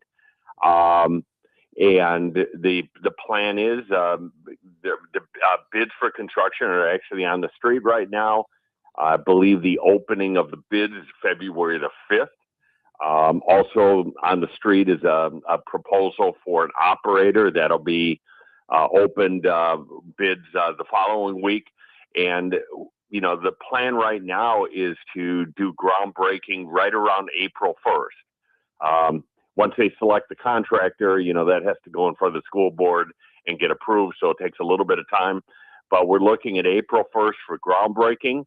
The build of the stadium is, you know, around 12 to 14 months, which would put us somewhere very early summer, which is perfect because, you know, what we really want to do is open the stadium for the football season in the fall of 27. So be ready by August of 27. And I think we have a very good chance of meeting that. So very, very excited, Corey. And, and now we're a little greedy because we had put into a second phase the building of a track and field venue just next to the stadium. Something really needed in Orleans Parish. We have very little facilities for kids to do track and field. We've got to raise the money for that. I'm already been doing that. I've committed myself for another year to do fundraising, and hopefully we can raise those dollars and then start work on that track and field venue. But the stadium is done. It's fully funded at this point. Absent any things that we're not expecting, we will break ground. We do have a naming rights partner that will be announced in the next couple of weeks. Wow. Very excited about that. A company, I think, pretty well known in this area, and people get excited. And we got some other wrinkles, for the stadium. We want to.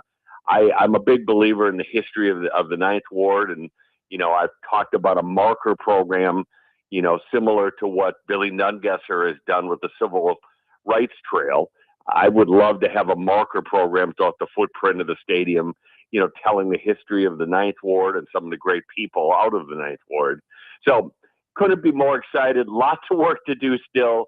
Raising money was the first thing we had to do, and the project went from $5 million, Corey, what we thought we had to raise.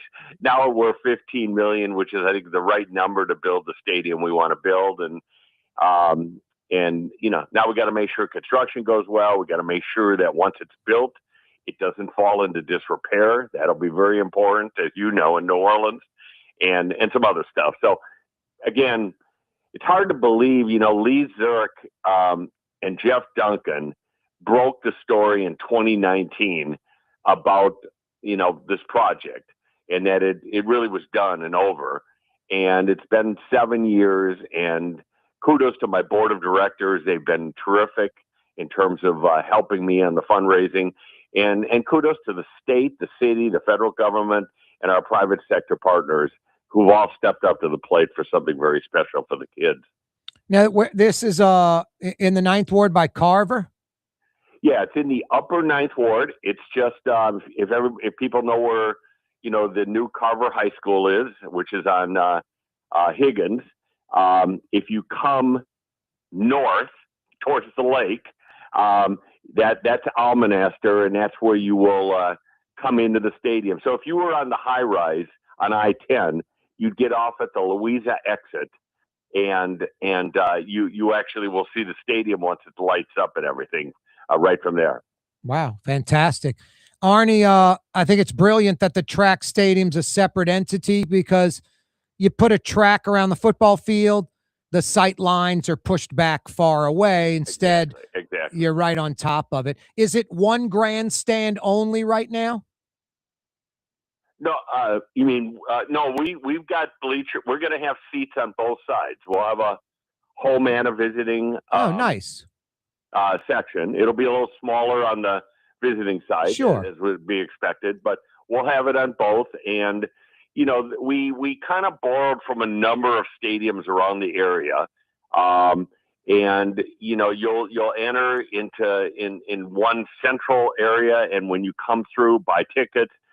Your bathrooms will be right there, concessions will be right there, and other areas. And then you'll either go to the left for visitors or right for home. And also there'll be a little bit of a berm area. We wanted to have an area for kids where they could roll around in the hill and fantastic kind of watch them.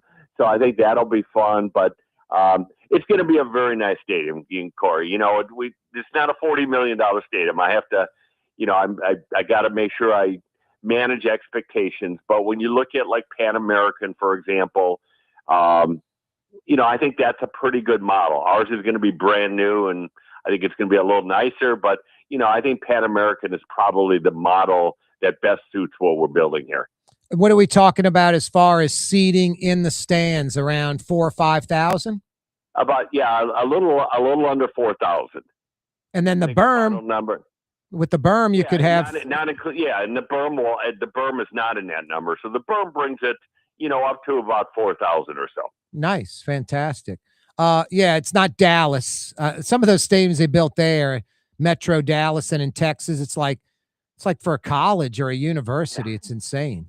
Yeah, it's we really had a decision to make because when we hit around the $12 million number, which we did a few months ago, the question was, do we put all of our efforts into the stadium and raise a few million more, or do we do track and field and stadium? And we really made the decision, let's do stadium in a right way first.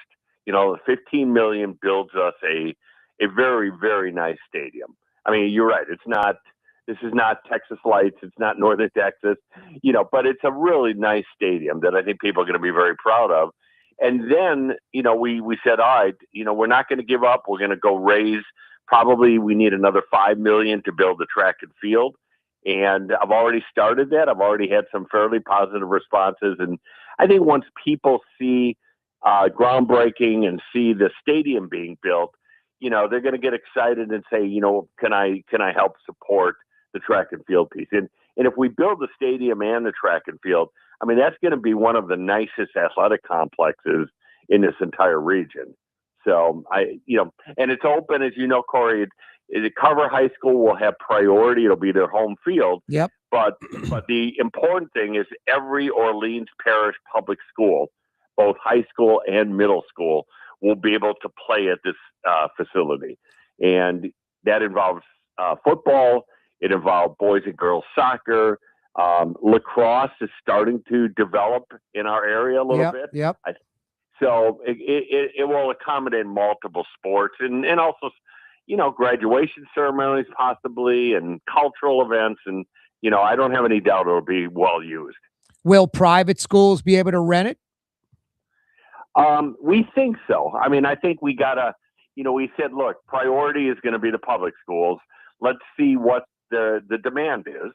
We're going to have to be competitive with rates of other facilities. But if there is availability, we would absolutely love to open it to private. And we also looking at, things like tournaments and, other things, it's a possibility some of the college stuff could play there. Not Division I in all likelihood, but you could certainly get a smaller, Division III JUCO, something like that maybe wants to utilize it. So I think that it will be an important hire to get a good operator on board, and once that person, they'll do the pricing for it and start to put the business model together. The main grandstand for the home team, is it steel and concrete, or is it just all steel or aluminum? It's a little bit more aluminum. We looked, for example, at East Jefferson, which you're familiar with. Sure. That's a huge facility, and that's largely concrete. It's just the cost of the project to do that would have been prohibitive. So, I think the seats will be very nice. We intentionally took out track and field, like you said, in order to enhance the sightlines.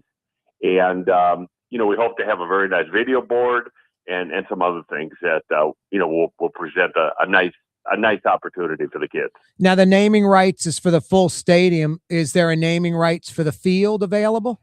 Great question, Corey. Actually, what we've sold is we sold naming rights to the athletic footprint. So X company, I wish I could tell you, but I just can't. Yeah, that's okay. They're gonna have the naming rights to the stadium, to the track and field if we build it, and all of the areas around it.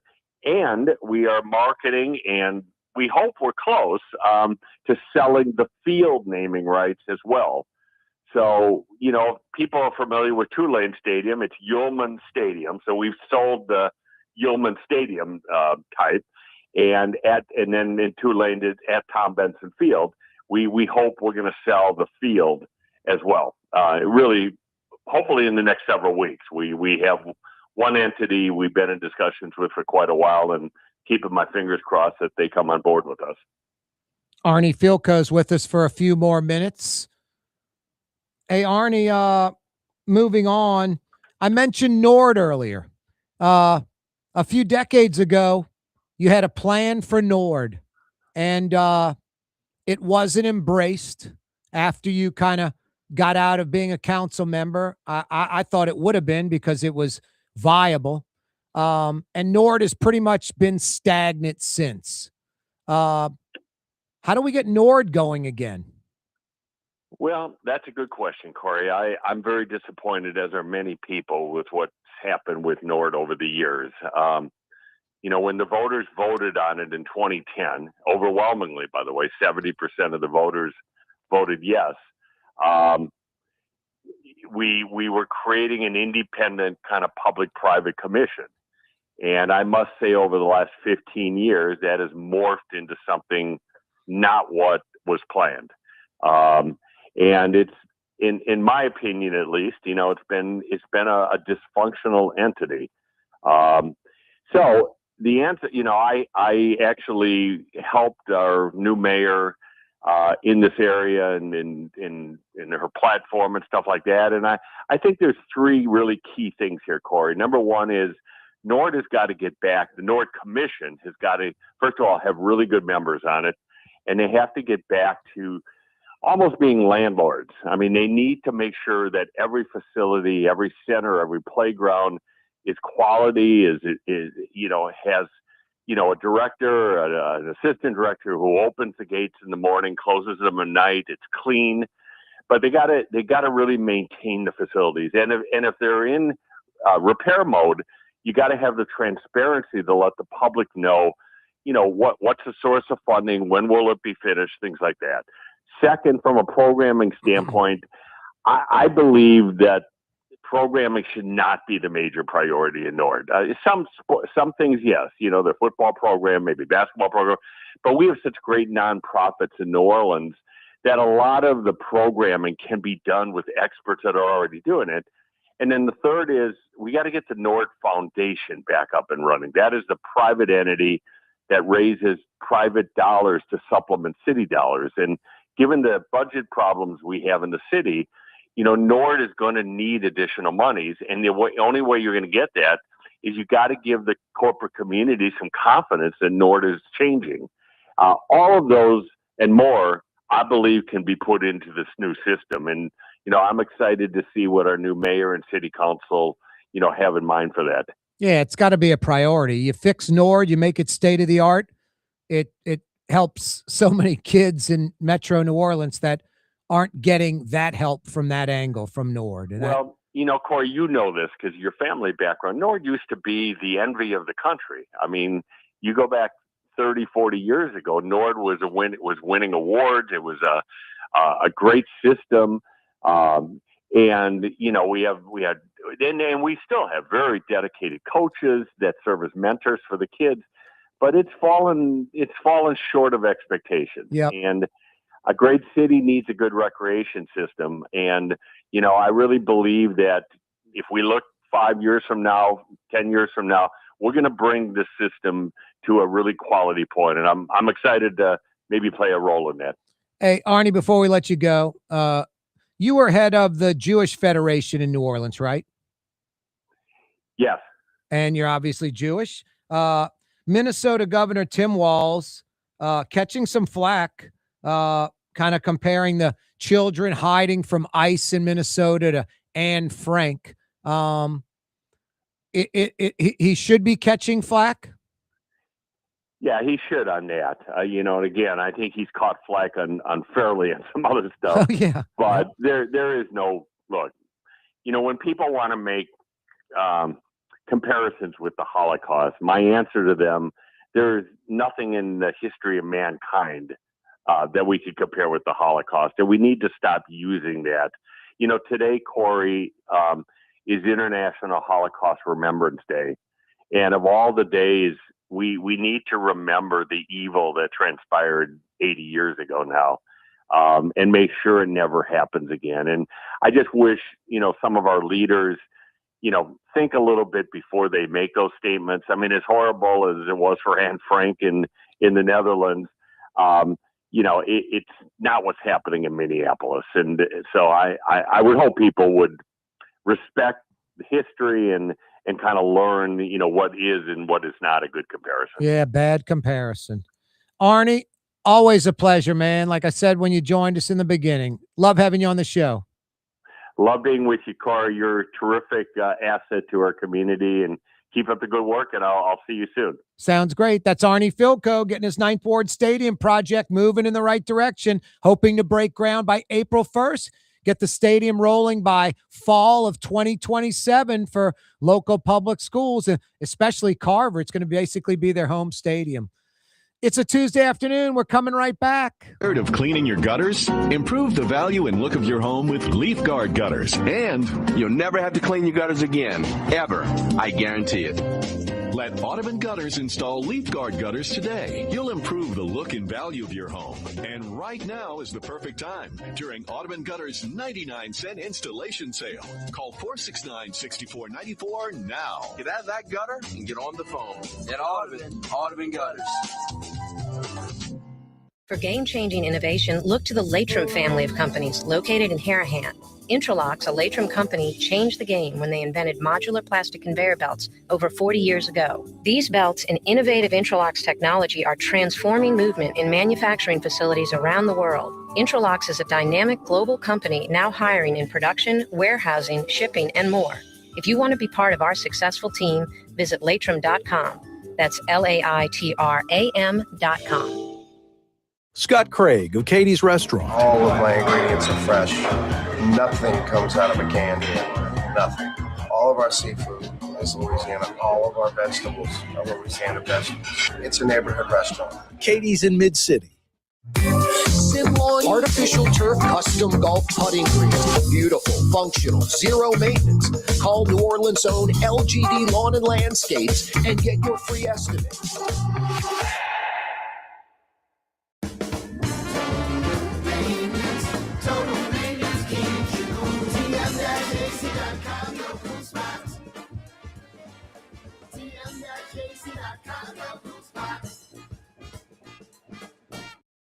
Outdoor dining, Middle Eastern cuisine, under the oak trees, Lebanon's Cafe, some of the city's finest lamb chops and shish kebab, Carrollton at Jeanette by the streetcar barn, Lebanon's Cafe.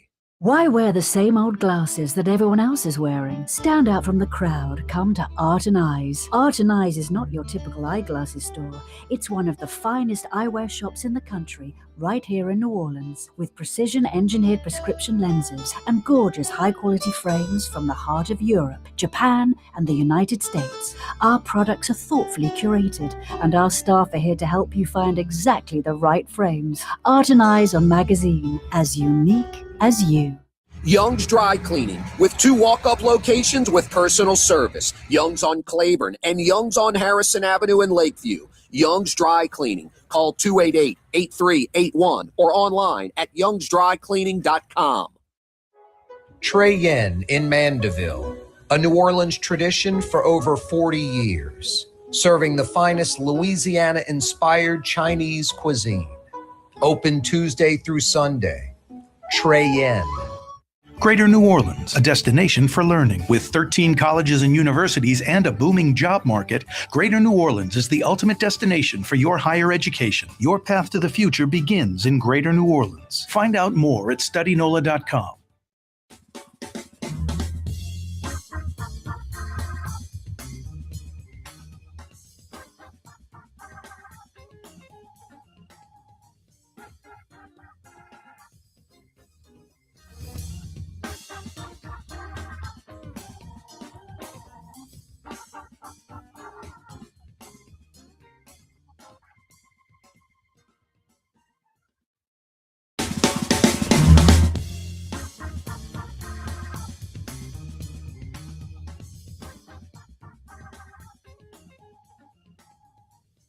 Yeah, you right. Welcome back. Corey Johnson with you on a Tuesday afternoon. Thanks so much for joining us on radio, on television, on social media like Twitter, X, YouTube. We're live every day on X and YouTube, 4 to 6 o'clock weekdays. You got to like that. Hey, every day this program brought to you by the Lamarck Automotive Complex, home of the big store, Lamarck Ford, Lamarck Lincoln. And if you need a commercial truck, van, or SUV, you head across the parish to Lamarck Crescent City Ford. Got to like those guys. Hey, real quick, this is it a client? Is it an advertisement? Yes. Is it a live commercial I'm doing right now? Yes. But I almost feel it's like a public service announcement. If your heat is not working right, in New Orleans, in Baton Rouge, just think total maintenance. It is cold out there, and we got another cold front coming in Friday, Saturday, where temperatures are going to be like 25 Sunday morning, colder than we've had the last few days. If your heat isn't working right, or worse, is not working at all, total maintenance is there anytime, weekday, weekend, overnight, holiday, whenever. Now, we have ridiculously cold temperatures, dangerously cold. You need help with your heat? Total maintenance in New Orleans or Baton Rouge, just think total maintenance. TM-AC.com. Hey, on my Twitter, on my X, I've posted a lot of restaurant, my top 36 restaurants. That's the list right now. And then I'm like, man, I may have to add Del Porto in Covington. That would be 37. Del Porto's fantastic. I think they're going to make the list. So I'm always adding some. Some folks called, like, what about, or replied on Twitter, X, what about Antoine's? I'm like, there's some that are kind of, it's a New Orleans tradition. It's good. It's solid. I just don't think it's in my top 36. Anyway, I've been posting major potholes in New Orleans. Look, we have thousands of potholes. I'm not going to go like on some small street, but major thoroughfares where there are thousands, even tens of thousands of cars every day. I posted some major potholes that the city needs to fix immediately, because someone could die, like a motorcycle rider could die. Someone in a car, talking about thousands of dollars in damage to their car. Sinkholes that are obnoxiously large. What's that, Blue Boy? Some of these sinkholes are so big, like you and I could lie in them. You're right, buddy. They're huge. Like on Carrollton Avenue by Jesuit, like on Canal Boulevard, right by the train tracks. You're right, Blue Boy. What else, buddy? Mom, what? Oh, mañana. But you speak Spanish, Blue Boy? He's reminding everybody, see you tomorrow, 4 o'clock. Be right here. You're on the neutral ground with Corey Johnson on TV on Cox Channel 4 and Spectrum Channel 333. Also on YouTube, on radio at Nola Talk 93.9 FM, WSLA New Orleans. It's 6 p.m.